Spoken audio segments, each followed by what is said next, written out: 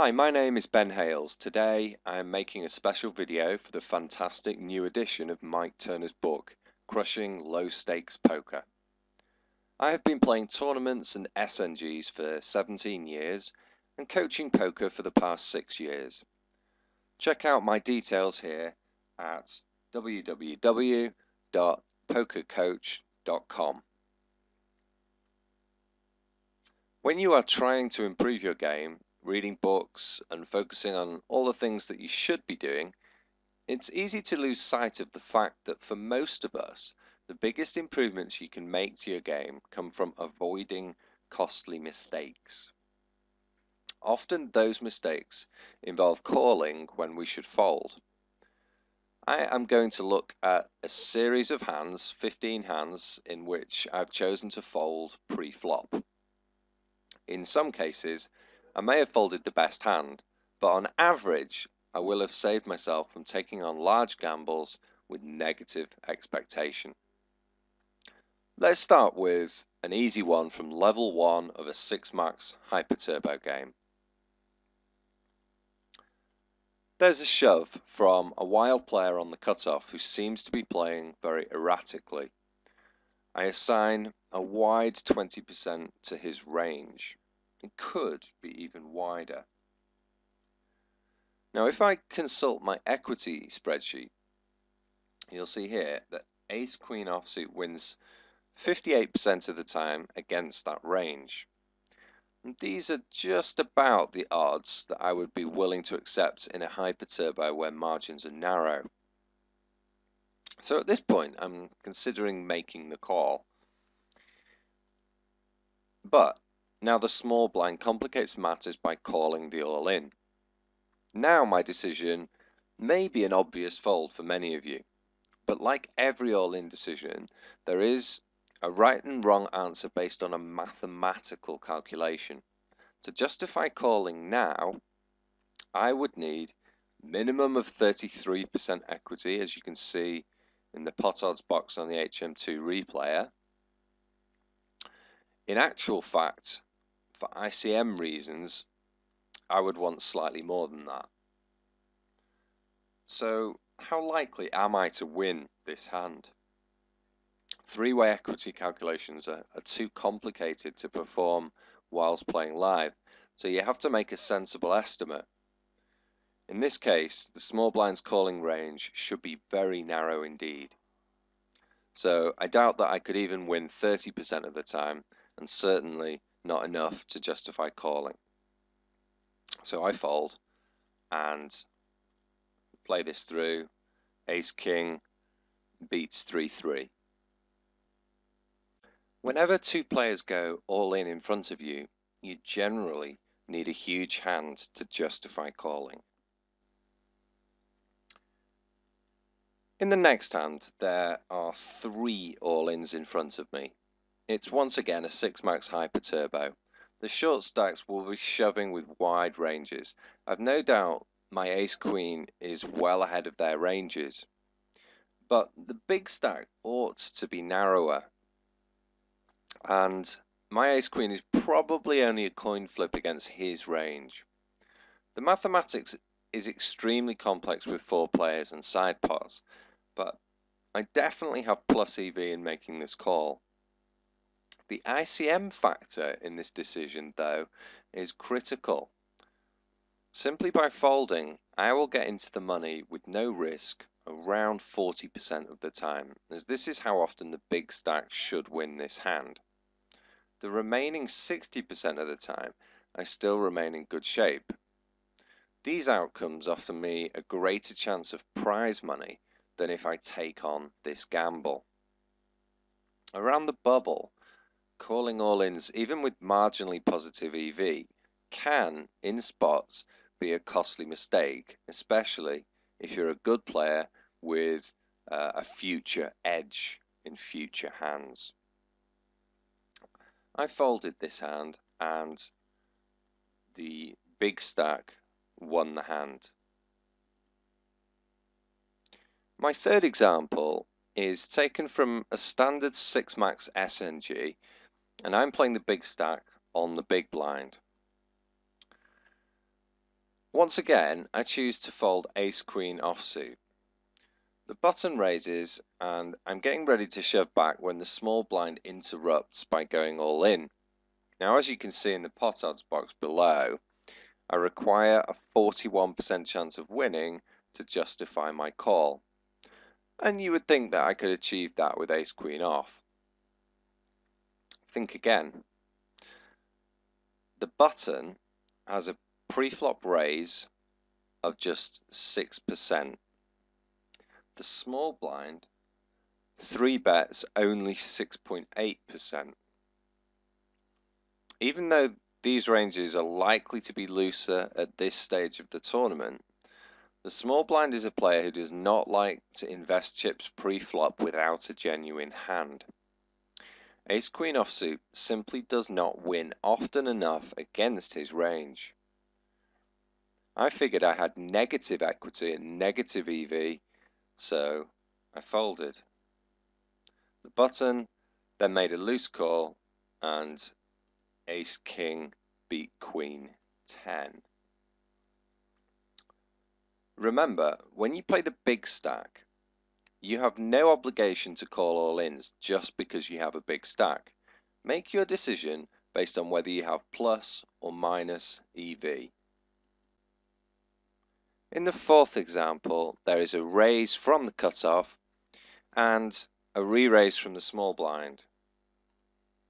I'm sat with 10-10 in the big blind and I'm in a slightly tricky spot. The specific problem I have here is the stack size of the initial raiser. Players who raise with 10 to 12 big blinds are often committed to their hand. So if I were to enter this pot with a call or a 4-bet, the likelihood is that the initial raiser would go all in. I'm already very wary of the small blind's narrow 5% 3-bet range, and I believe that there's a strong chance the small blind would then launch his chips all in, forcing me into a decision for my tournament life. If I go back to my equity spreadsheet, you'll see that 10-10 only wins 40% of the time against a 5% range. So I really want to avoid an all-in here. Calling is bad, re-raising is possible but problematic, and folding looks like the most attractive option. If I play it through,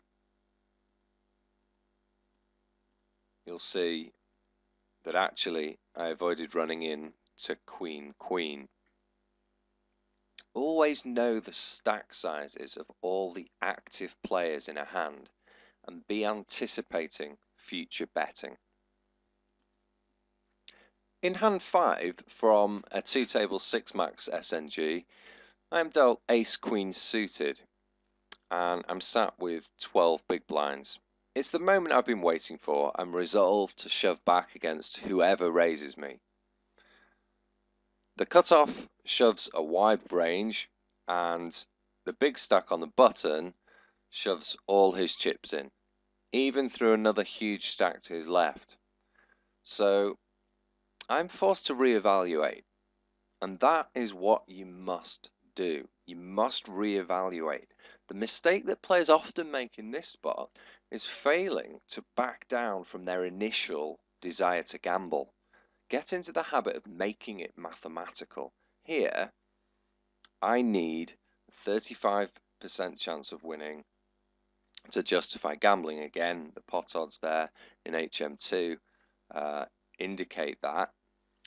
The problem for me is the button's range.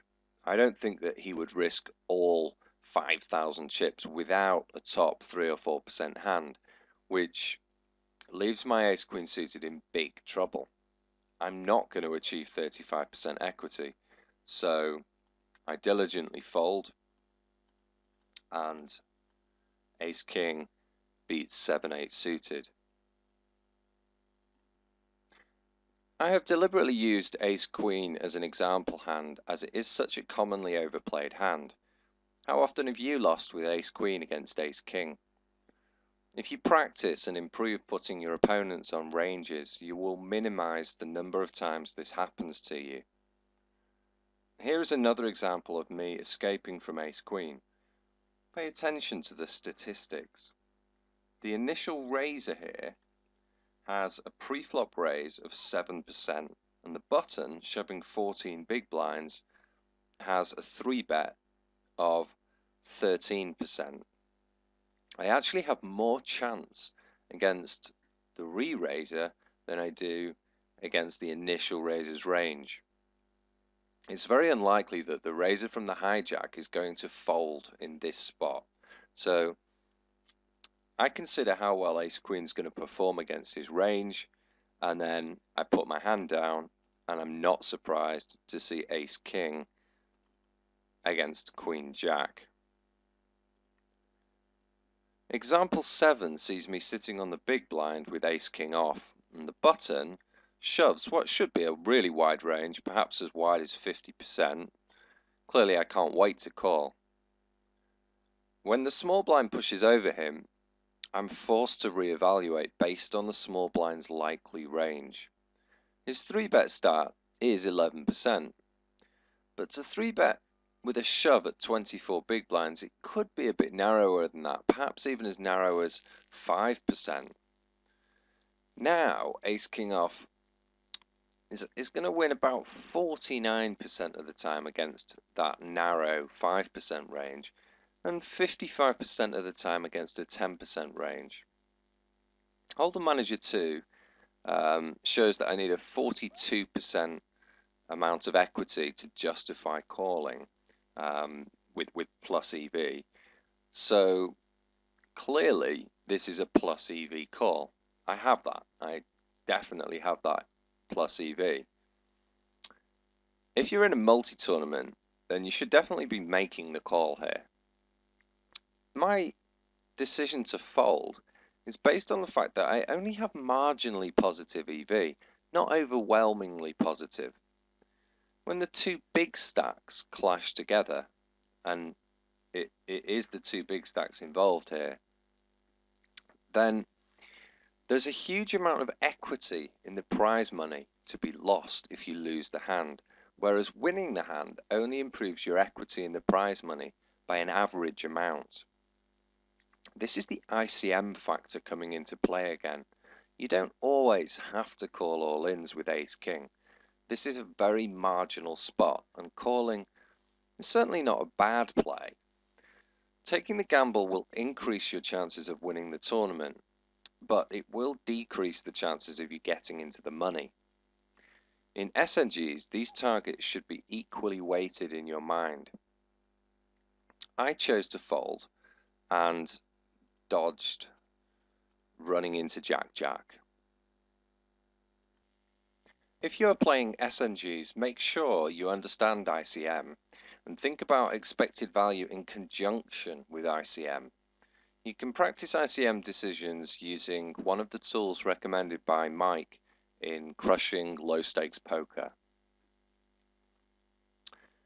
In example 8, I am sat with 20 big blinds in the small blind facing a cutoff raise and a re-raise from the button.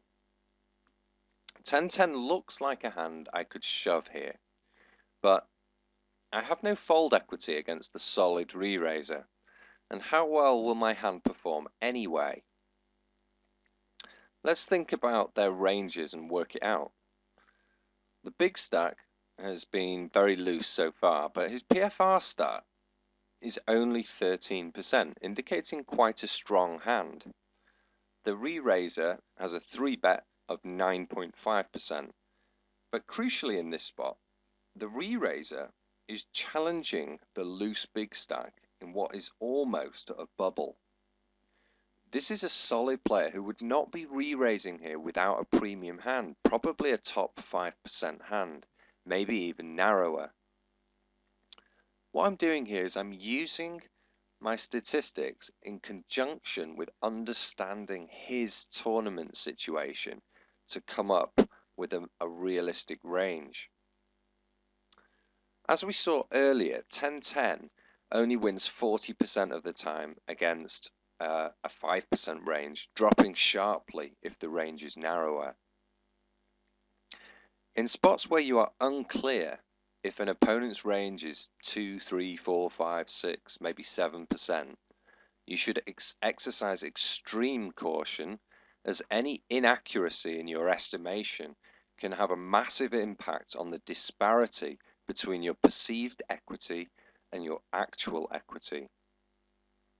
Here, I opt for caution and I fold my 10-10, respecting the re-raiser. It proved wise as I watched Queen-Queen and Ace-King beat pocket twos. Example 9 is another tricky decision with Ace-King.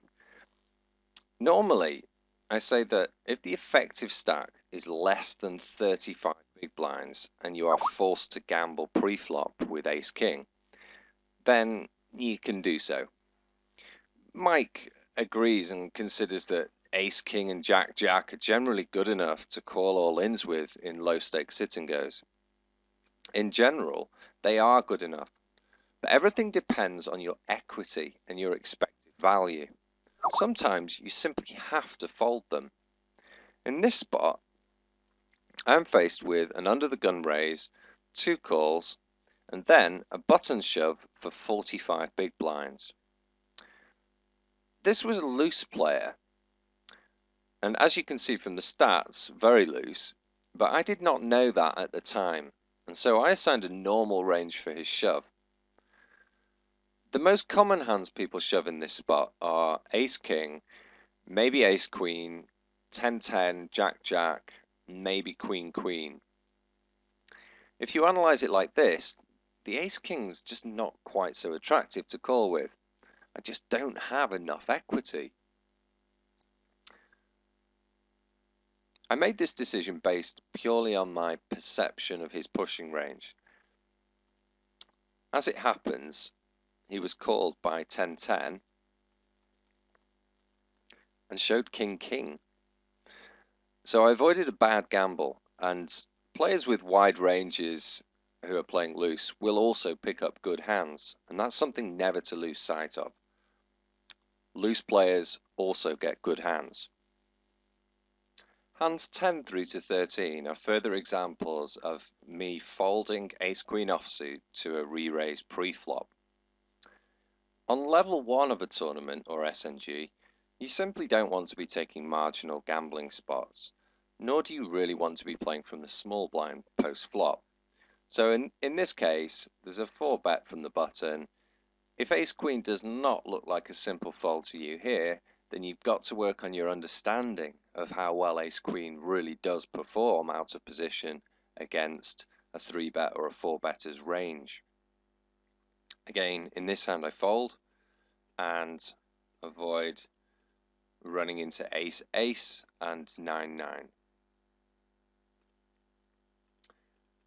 This is a similar example, small blind again, level 1, fold, avoid Ace-Ace and 8-8.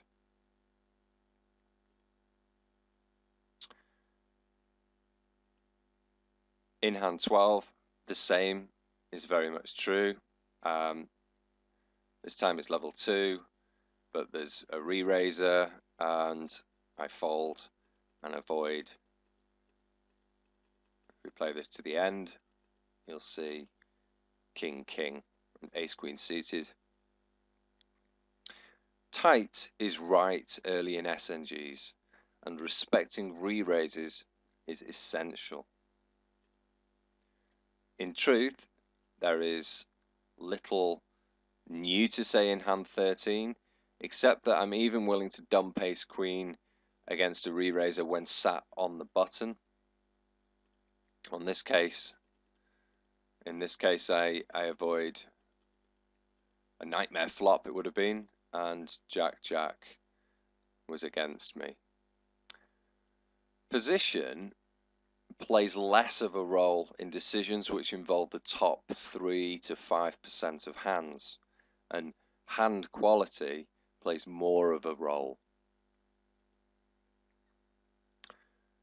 Hand 14 is a typical spot where beginner and some intermediate players tend to make the wrong choice. A short stack shoves all in and the cutoff re-shoves in front of us.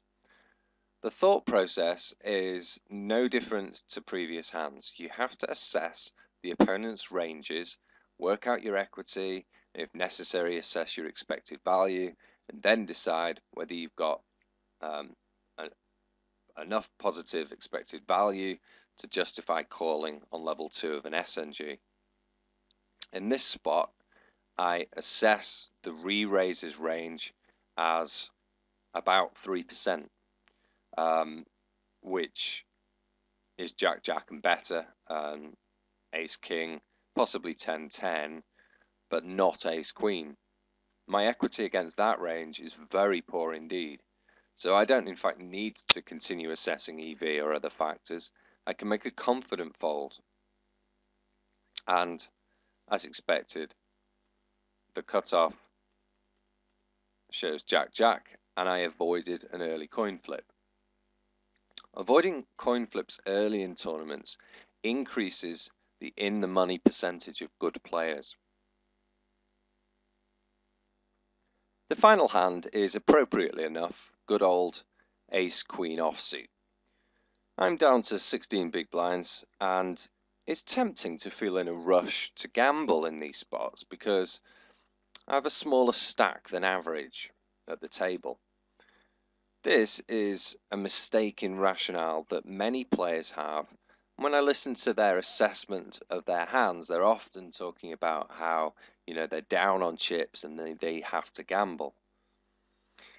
I still have plenty of chips to play normal poker here. My hand in the situation after shove and the reshove is absolutely crushed by the three betters range, and that is the deciding factor here. I make a very straightforward fold and avoid running into king king. The effective stack size should be a factor in your decision and not your perceived need to gamble quickly. So, by means of a summary, I have put together 10 points of interest to help you with your pre-flop folds. 1. Whenever two players go all in front of you, you generally need a huge hand to justify calling. 2. Around the bubble, calling all-ins even with marginally positive EV can be a costly mistake. 3. Having the big stack is not a reason for calling an all-in. 4. Always know the stack sizes of all the active players and be anticipating future betting. 5. In spots where you are unclear if an opponent's range is 2 to 7%, you should exercise extreme caution, as any inaccuracy in your estimation can have a massive impact on the disparity between your perceived equity and your actual equity. 5. Tight is right early in that was 6. Tight is right early in SNGs. 7. Respecting re-raises is essential. 8. Position plays less of a role in decisions which involve the top 3 to 5% of hands. 9. Avoiding coin flips early in tournaments increases the in the money percentage of good players. And 10. The effective stack size should be a factor in your decision and not your perceived need to gamble quickly. My name's Ben Hales. Thank you very much for listening.